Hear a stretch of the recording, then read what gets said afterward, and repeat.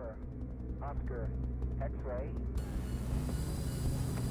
direct Sierra, uniform, Bravo, Alpha, Lima, and The very word secrecy is repugnant in a free and open society.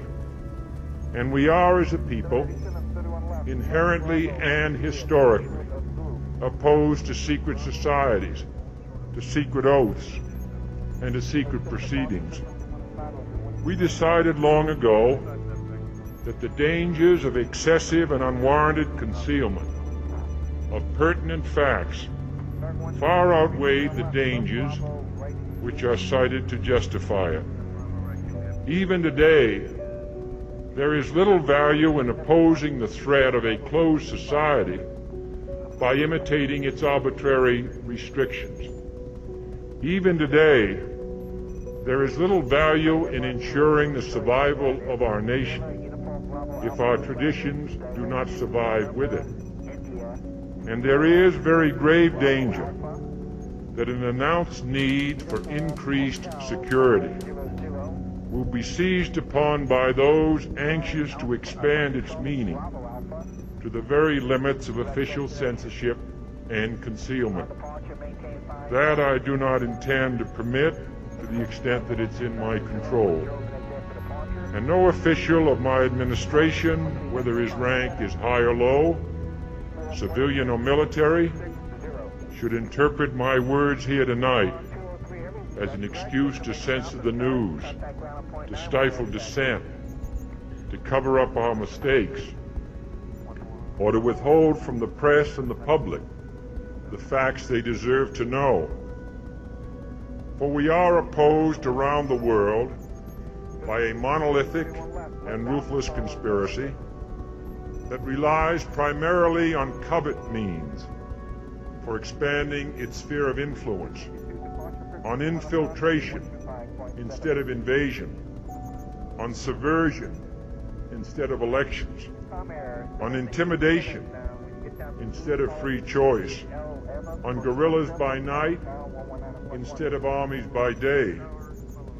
It is a system which has conscripted vast human and material resources into the building of a tightly knit, highly efficient machine that combines military, diplomatic, intelligence, economic, scientific, and political operations. Its preparations are concealed, not published. Its mistakes are buried, not headlined. Its dissenters are silenced, not praised. No expenditure is questioned, no rumor is printed, no secret is revealed. No president should fear public scrutiny of his program, for from that scrutiny comes understanding, and from that understanding comes support or opposition, and both are necessary. I am not asking your newspapers to support an administration, but I am asking your help in the tremendous task of informing and alerting the American people. For I have complete confidence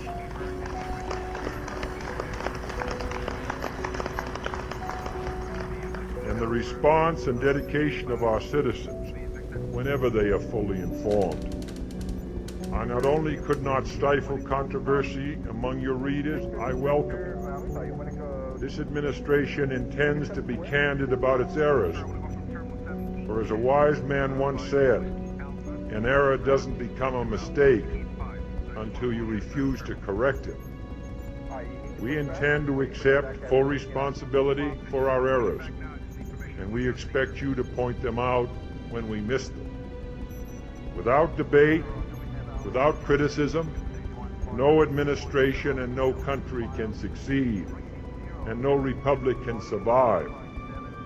That is why the Athenian lawmaker Solon decreed it a crime for any citizen to shrink from controversy.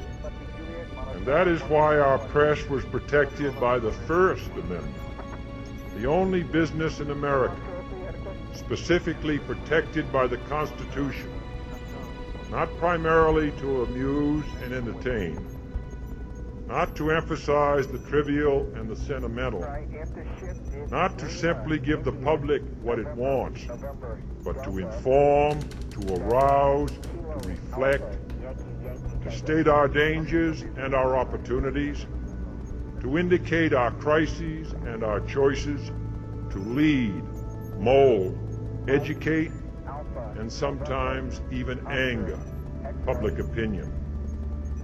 This means greater coverage and analysis of international news, for it is no longer far away and foreign, but close at hand and local. It means greater attention to improved understanding of the news, as well as improved transmission. And it means, finally, that government at all levels must meet its obligation to provide you with the fullest possible information outside the narrowest limits of national security. And so it is to the printing press, to the recorder of man's deeds, the keeper of his conscience, the courier of his news, that we look for strength and assistance, confident that with your help, man will be what he was born to be, free and independent.